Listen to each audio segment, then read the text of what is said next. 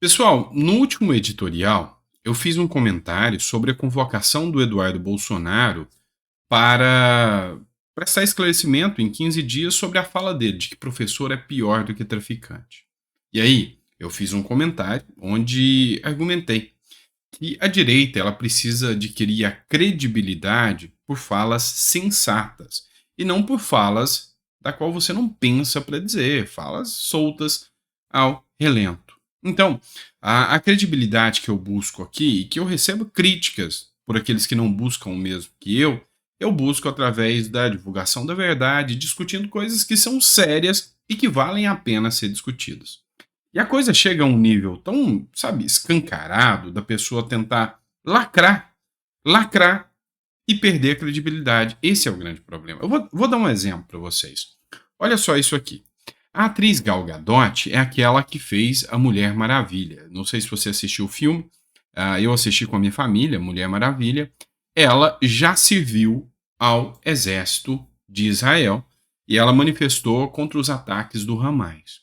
Eu vi uns 4 ou 5 influenciadores de direita com muita visualização publicando com o seguinte trecho: uma foto dela batendo continência e servindo ao exército, até a atriz Gal Gadot, que representou a Mulher Maravilha, se apresentou ao exército de Israel para ir lutar contra o Hamas. E aqui no Brasil, as feministas querendo dizer todes e todos. Um negócio assim.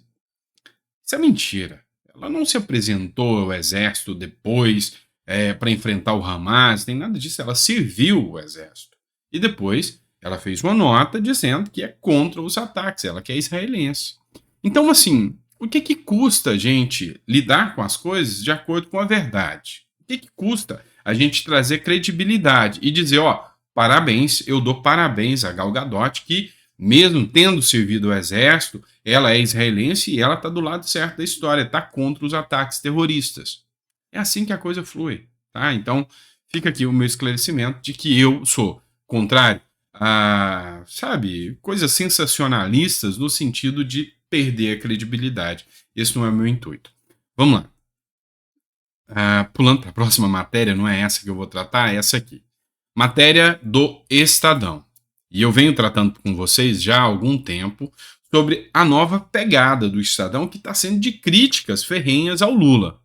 Em nova avacalhação, Lula e Dino editam medida populista de curto prazo, sabidamente ineficaz e que atribui a militares tarefa que não lhes cabe. Não tem como isso dar certo.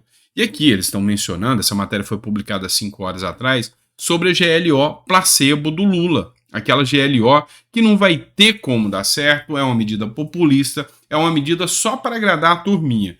Dino já se vê cada vez mais longe do STF porque apresentou um trabalho que não condiz com os resultados na segurança pública. Ou seja, a coisa está cada vez mais complicada para o lado do Dino e para o lado do Lula, que está tendo que inventar medidas populistas que não vão ter resultado. E o Estadão vem pegando em cima, vem batendo de frente e vem mostrando que está amplamente insatisfeito com o governo Lula. E agora vai ser a nova pegada da imprensa. A própria Globo está batendo no Lula. E dentro daquilo que eu falei com vocês, de adquirir a credibilidade, de alcançar a credibilidade fazendo o certo, eu mostro para vocês. Está na cara que as medidas vindas do governo no combate à corrupção são placebos, ou seja, medidas que não têm qualquer eficácia. E como que você vai combater isso? Fazendo lacração, espalhando fake news, mentindo, ofendendo uma classe inteira? Não, mostrando resultados. É assim que a coisa vai dar certo. Esse aqui é o Guilherme Derrite, que fez uma publicação do R7, e o Guilherme Derrite, que é o secretário de Segurança Pública do governo de São Paulo. Roubos de carros atingem o menor número da história em período sem pandemia em São Paulo, diz a Secretaria de Segurança Pública. Índice é de 64% menor do que em 2014, pior ano da série histórica, quando foram registrados 67 mil casos de roubo de carro. Então, ou seja, isso aqui é resultado. Ainda temos muito trabalho pela frente, até conquistarmos a segurança que o paulista merece. Mas a realidade é que os números já mostram que estamos no caminho certo. Vez ou outra aparecem recordes mentirosos sobre os índices de criminalidade, mas a desinformação é só mais um dos efeitos colaterais do combate ao crime organizado. Sabíamos que seria assim e não vamos desistir. E aí, o que a gente começa a perceber é que o quê? Nós temos lá na Bahia um caos da segurança. Nós temos no Rio Grande do Norte um caos na segurança. O Rio está enfrentando um caos. E o governo de São Paulo vem fazendo um trabalho para mostrar atuação séria. E isso aqui é que vai ter resultado lá na frente. Porque a população sabe, a população percebe que a coisa está fluindo para esse caminho. E aí a mensagem que o governo paulista vem passando é uma mensagem antagônica ao governo Lula, mesmo sem precisar fazer lacração, sem ofender, sem brigar. Tarcísio caça aposentadoria de policial corrupto. Divulgado pelo Bruno Zambelli, o governador de São Paulo, Tarcísio de Freitas, caçou a aposentadoria de um policial civil por ele ser informante do tráfico de drogas, de acordo com o colunista Paulo Capelli, do site Metrópolis. Uma perícia realizada no celular de um traficante acabou revelando conversas mantidas com este policial, que informava acerca das operações policiais. Então entenda uma coisa, depois que a gente viu o que aconteceu lá em El Salvador com Nayib Bukele, a gente vê e tem esperança que a criminalidade pode ser resolvida? Sim, basta querer. E aí, para você lançar uma projeção para Tarcísio, não para 2026, talvez 2030, para entrar e fazer o que é certo, ele precisa mostrar resultado. Então, vai ter o apoio da população. E eu acredito que é assim que a coisa flui. Então, pode ser que eu seja só mais um sonhador em acreditar que o Brasil, depois do governo Lula, vai começar a observar um pouco mais e acreditar menos em falácia, depois da volta do Lula, mas eu acredito que sim, que o brasileiro está abrindo os olhos. Outra questão aqui, ó. Achei muito interessante aqui, porque até a Globo agora, depois de tudo que está acontecendo, tá se tocando, que não dá mais para defender a falta de noção que está vindo do governo do ponto de vista da segurança pública. Olha só esse trecho aqui da Globo. Essa informação de hoje veio a se somar, Andréia e Ana, a uma lista de preocupações de conselheiros da Petrobras, conselheiros independentes, não aqueles indicados pelo governo. Uhum. Conselheiros independentes, não aqueles indicados pelo governo. Ó, já começa aí a bater no Lula. Eles acham que a Petrobras está correndo o risco de novamente virar uma empresa politizada como foi no passado no governo Lula, que acabou dando origem ao quê? Ao Petrolão. Olha só, agora o Petrolão existiu. Vocês estão vendo que depois de um tempo, e quando eu falo para vocês que o maior cabo eleitoral da direita é a esquerda no poder, é o retorno, tá? Não tem como a mídia continuar passando pano por isso por muito tempo. Vai começar, qual que é essa grande pergunta? Vai começar um segundo Petrolão dentro da estatal? Será que Lula, essa é a pergunta que alguns conselheiros fizeram para mim hoje, será que Lula não está lembrando o que aconteceu na Petrobras, que desgastou tanto o governo dele, tanta imagem dele, gerando... Então, será que o Lula não se tocou que o que está acontecendo vai gerar de novo Petrolão? Cara, o Lula sabe, o Lula sempre soube, mas o vício, a vontade é maior do que qualquer coisa.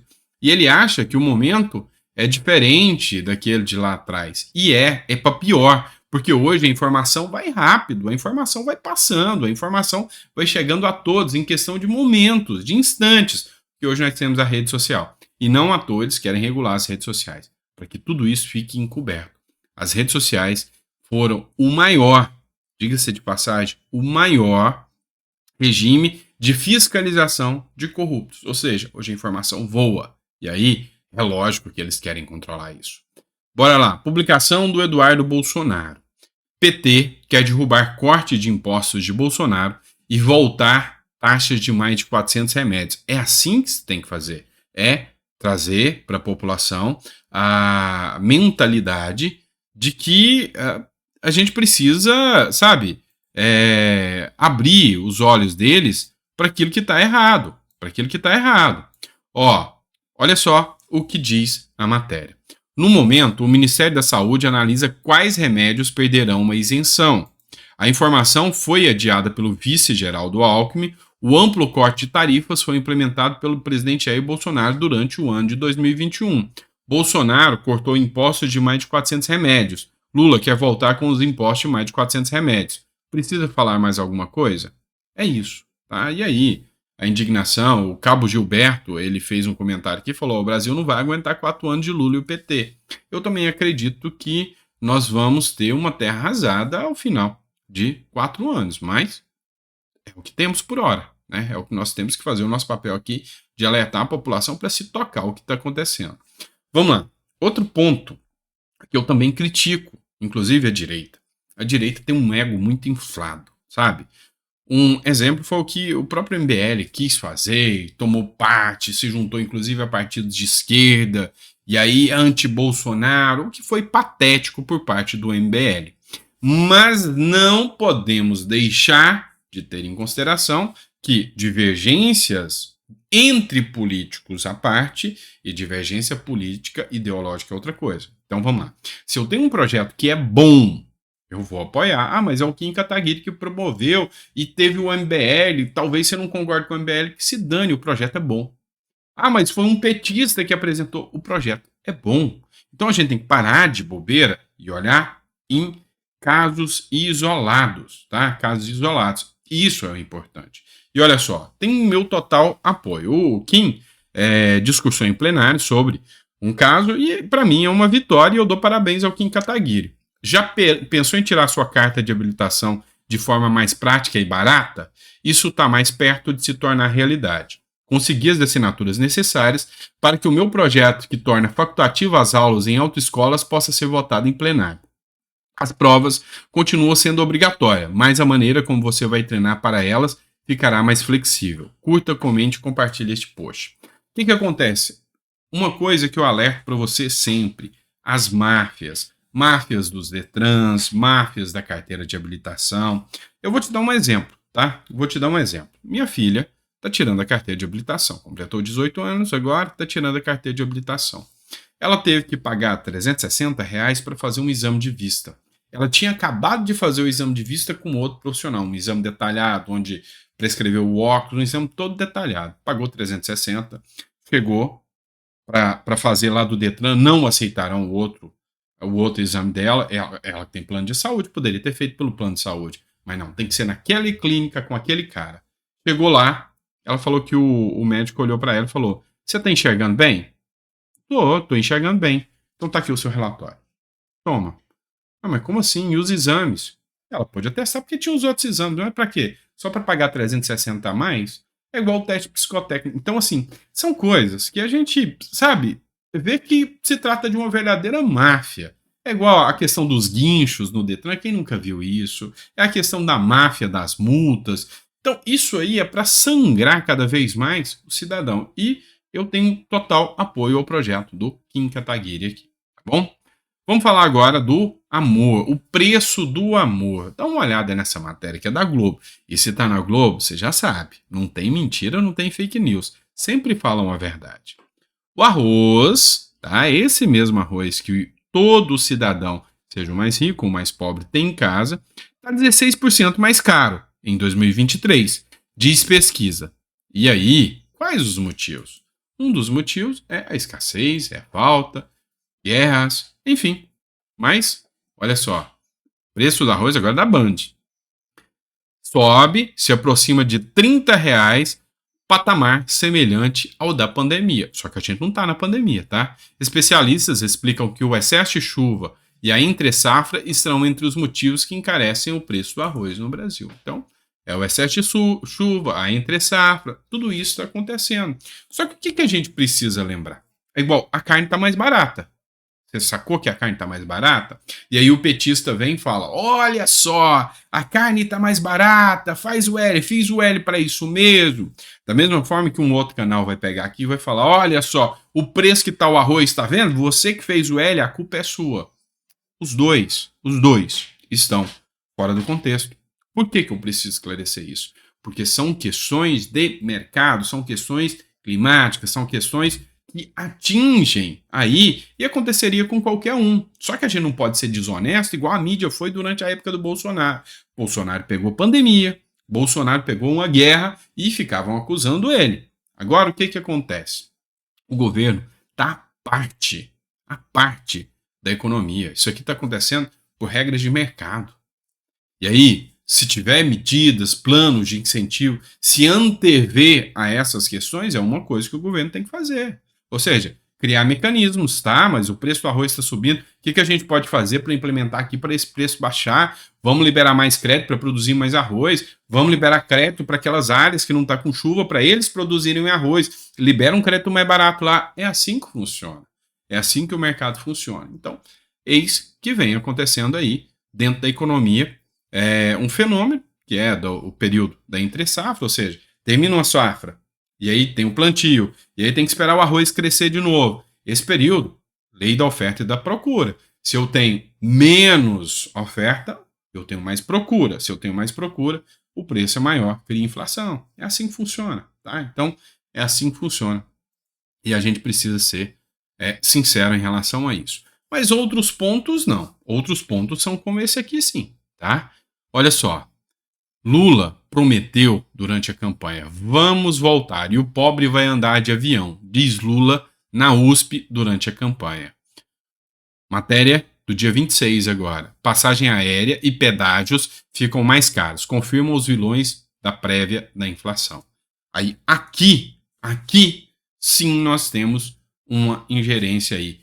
Aumento de pedágio, tá? Aumento de pedágio, aumento dos custos de logística, tudo isso aqui são medidas que o populismo petista, vamos lançar passagem de R$ 200, aí é a ingerência na economia, e aí aqui tem dedo do Lula, sim, tá? Aqui tem dedo do Lula, sim, tá?